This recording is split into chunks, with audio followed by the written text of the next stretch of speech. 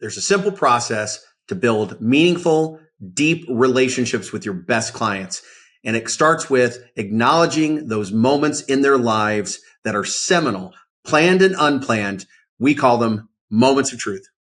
This is The Rare Advisor, a show for financial advisors who want to build and grow their practice through the use of a business model supercharged by recurring and repeatable events. The Rare Advisor is brought to you by the Advisor Protocol Consulting Team at USA Financial.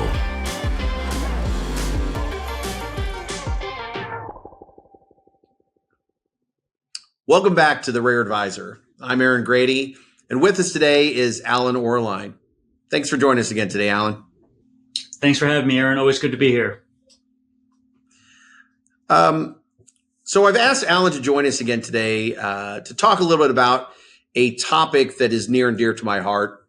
When it comes to the coaching that we do with the advisors we work with, there's an underlying theme of helping our advisors build practices that promote and foster client advocacy. And, there's a lot of different ways that you can build client relationships and try to drive client advocacy inside of a financial advisory firm.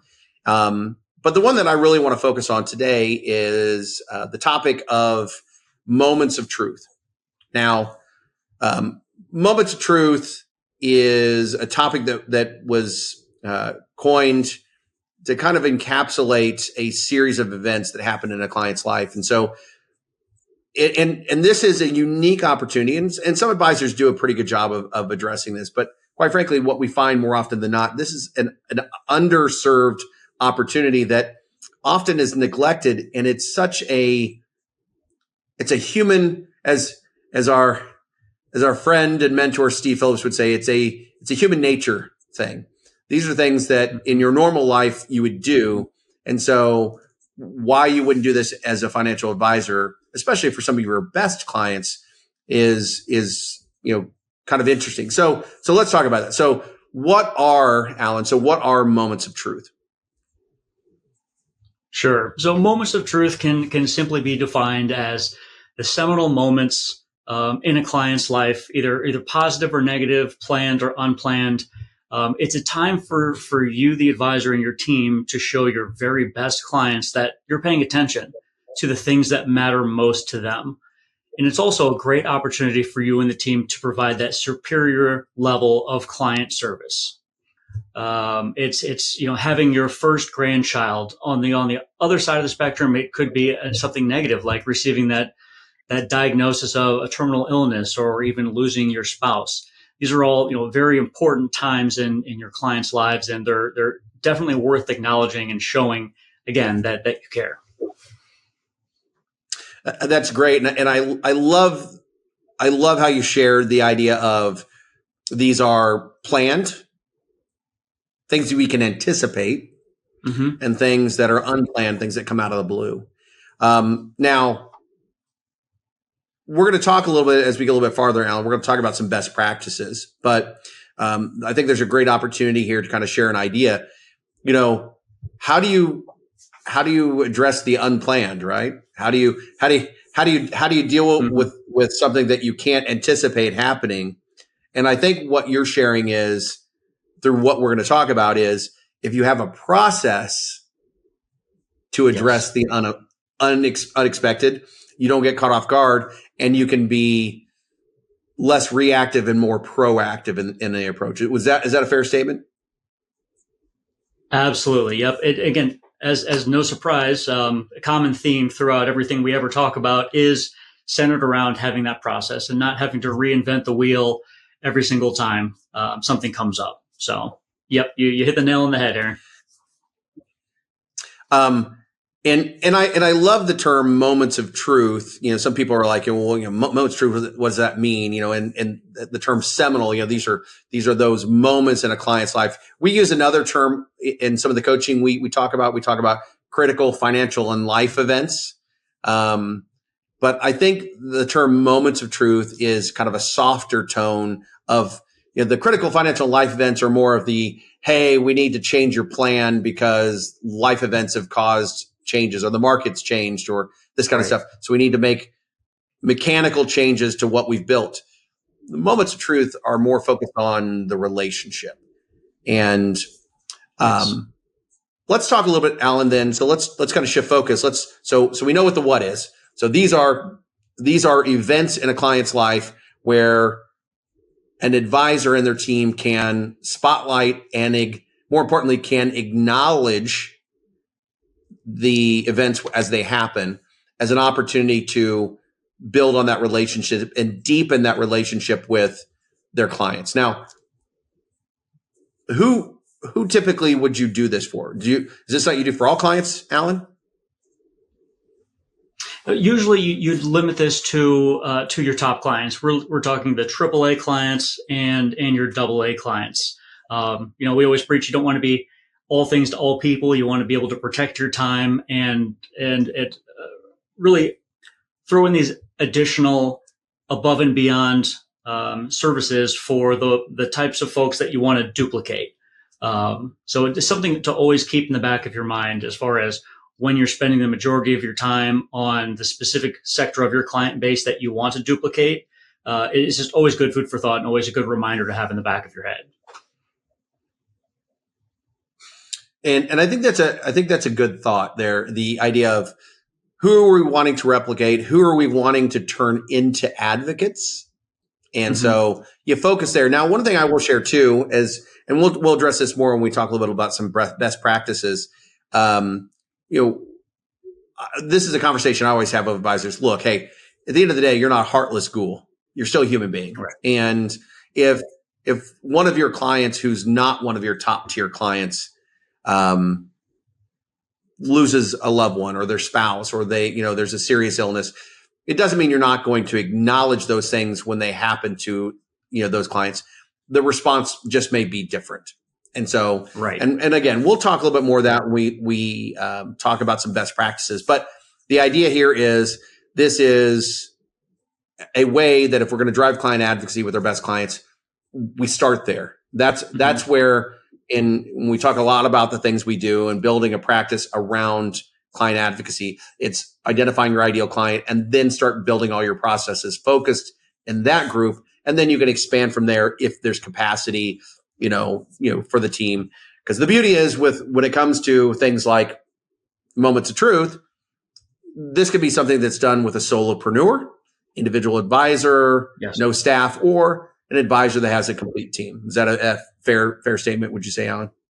Absolutely. Yep. Again, it all comes down to process. So no matter how large or small your team is, if you've got the defined steps laid out on exactly, what the event is, what action is to be taken, who receives, either the gift or the card or whatever it happens to be, and then any additional notes. Like I mentioned before, you don't have to keep reinventing the wheel.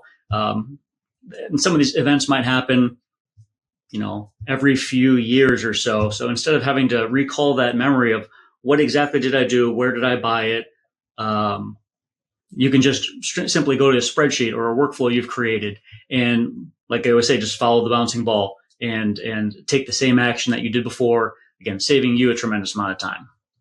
And I like the idea of you build the approach and you build the process so that you don't have to do a lot of mental gymnastics to get there. Yes. And that works great too, especially with things that are, things that can be anticipated. Perfect example is birth of a grandchild. And that's one that a lot of advisors will draw a circle around and say, hey, this is something we'll acknowledge whenever our best clients have a new grandchild. And for some, it's, they'll buy a pink bear or a blue bear or a pink blanket or a blue blanket or a book that the grandparent can read to the grandchild. And they can pre-stage some of this. They can pre-order some of this. There was a really unique one that I had a team in the past that would order these wooden step stools that actually had a puzzle on the top of it, that actually the puzzle pieces were the name of the child. And, you think about, well, hey, you're giving this to someone who just had a grandbaby. The baby can't stand on this thing. But what happens, Alan, you've got children, when they get old enough where they can brush their own teeth and they got to stand at the sink, yes, they need a stool to stand on. And so not only is that idea, it's a very cool idea, it's a great way to not just connect with your client, but it's also a way to connect with their family. And, it's not a topic for today, but one of the conversations we have a lot about is how do you connect with that next generation? How do you start building inroads with your best clients' families so that those relationships stay when the clients, have, shuffled off this mortar coil, right? So when they've moved on, how do those assets stay on the platform? So there's ways like that. So do you have any examples that you've seen with teams, Alan? Well, first and foremost, that's a great example because both of my daughters actually have the puzzle stools. They're beautiful, handmade, quality, completely made of wood. They're beautiful, and the kids love them not only for the puzzle aspect, but like you said, they're functional. They sit on them. They use them to stand on to reach things they shouldn't reach and to brush their teeth. And every time I look at them, I think about my sister-in-law, Ashley, who gifted both of our daughters those gifts. So it's a fantastic gift that never goes out of style. So that's one fantastic example that I can directly attribute to. Another one that is a popular one that I've seen recently is during the time of a new home purchase. For some folks, it's maybe their first home or maybe a vacation home, but it's kind of an older tradition that you might have seen from the movie It's a Wonderful Life, where you come over with a beautiful basket with a loaf of bread, a container of salt, and a bottle of wine. And within the card, you can inscribe, the bread is so that you never go hungry. The bottle of wine is so that you never go thirsty, and the salt represents maybe future tears. Hopefully they're all happy ones. Something as simple as that is a great gesture. It's thoughtful, it's memorable, and it's something that the client will not only remember, but will end up talking about to their peers, their neighbors, really anyone who will listen, because it is such a thoughtful gift. I love that. There's so many great ideas, and that's the beauty of this whole concept of moments of truth is there's no monopoly on great ideas. Right. We've had teams who have done pencil sketches of, there was a team that one of their top clients had a family pet who was a member of the family, and the pet got older and passed away. And it was a big deal for the family, losing a loved one. And so the advisory team had a pencil sketch done of the dog and had it framed really nice with a condolence card, and sent it to the family. And that family hung it on the wall. And every time they went down the hallway, every time they looked at that photo, it was not just reminding them of the loved one lost. It also reminded them of the unique relationship they have with their advisor. These are all great ideas. There's so many we could spend all afternoon talking about these, quite frankly, Alan. Right. We had a team who, had a client who got diagnosed with cancer. And so they actually, the advisor's wife actually was really big into knitting, and she just made a new blanket for herself, but instead they packaged it up knowing that the client, as they go through cancer treatments with chemo, they're often really, really cold, and had provided the blanket, had personally delivered the blanket to the client, with some additional items in a little basket, a little care basket. And there's actually some great companies that actually provide some resources for those type of things as well.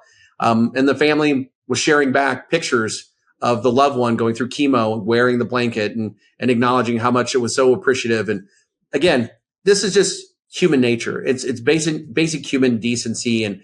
And it's, I know for most advisors I've talked to, Alan, and you probably could echo this as well, it's not that advisors don't want to do these things.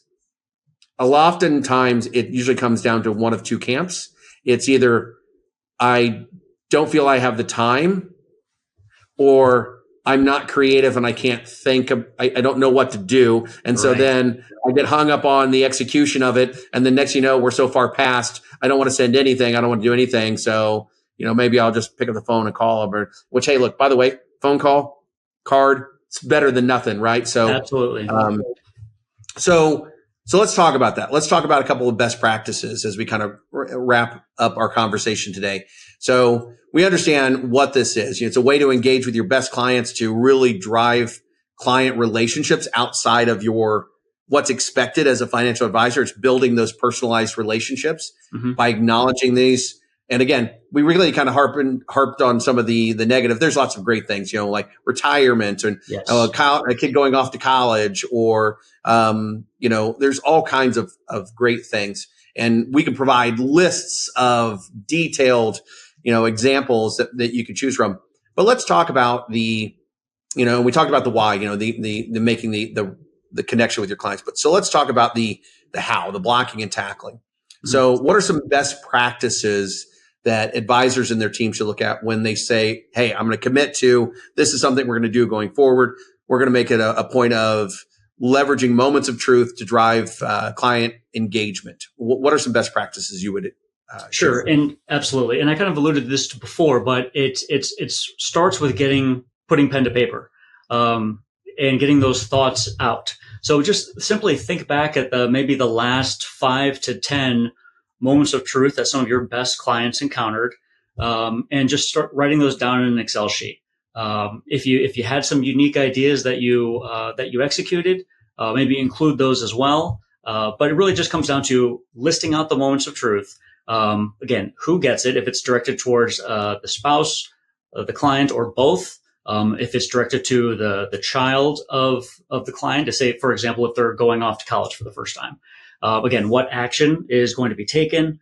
Who's responsible for it? Whether it's the advisor, the assistant, or a combination. Say the advisor's signing the card, or the assistant is getting everything together, assembling it in the basket, and then the advisor themselves is delivering it. And then any other additional notes that are a priority here. So if you're ordering something from a particular website, have a link to the website, and just any other tidbit of info that's going to be helpful and expedite the process and make it more efficient that you can list in there. So really, that's the starting place, and honestly, the most important part, I think, of creating the process around how you're going to recognize, remember, and then execute on these moments of truth. So I love that you said, start small, start with 5. I have teams that'll do 5, they'll do 10. Even teams who do 10, I will usually say, set 10 as the max number, and know that there will always be one-off moments of truth. There'll be things that fall outside of the norm of these, but find the 5, as you said, 5 or 10 you can commit to. You know what? If it's 5 for right now, great. And then as you build out the process and you build out the response, understand this is a living, breathing document. This is a living, breathing process. As you find success, we always talk about success breeds success.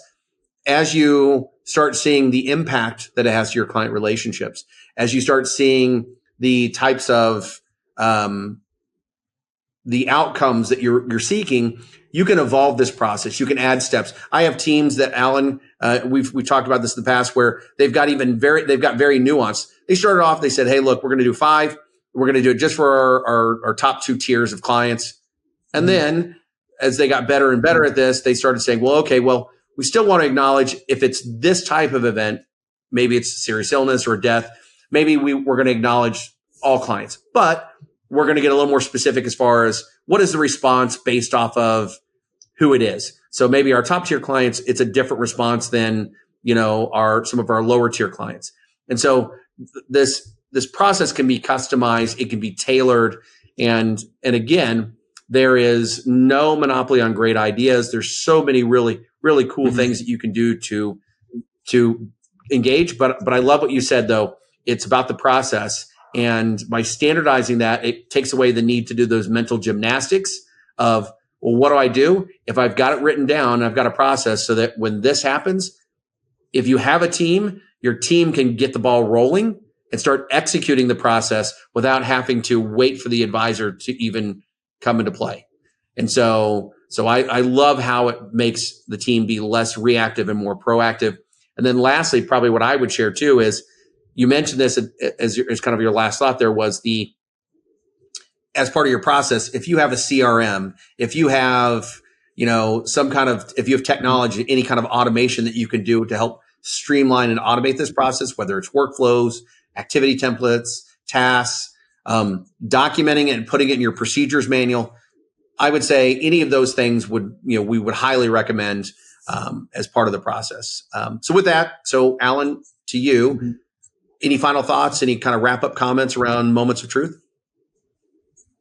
I just really want to drive home the importance of acknowledging these moments of truth. Unfortunately, these days with financial advisors, being a great advisor is the expectation. It's all about going above and beyond and displaying this professional contrast. What makes me different aside from being a great advisor?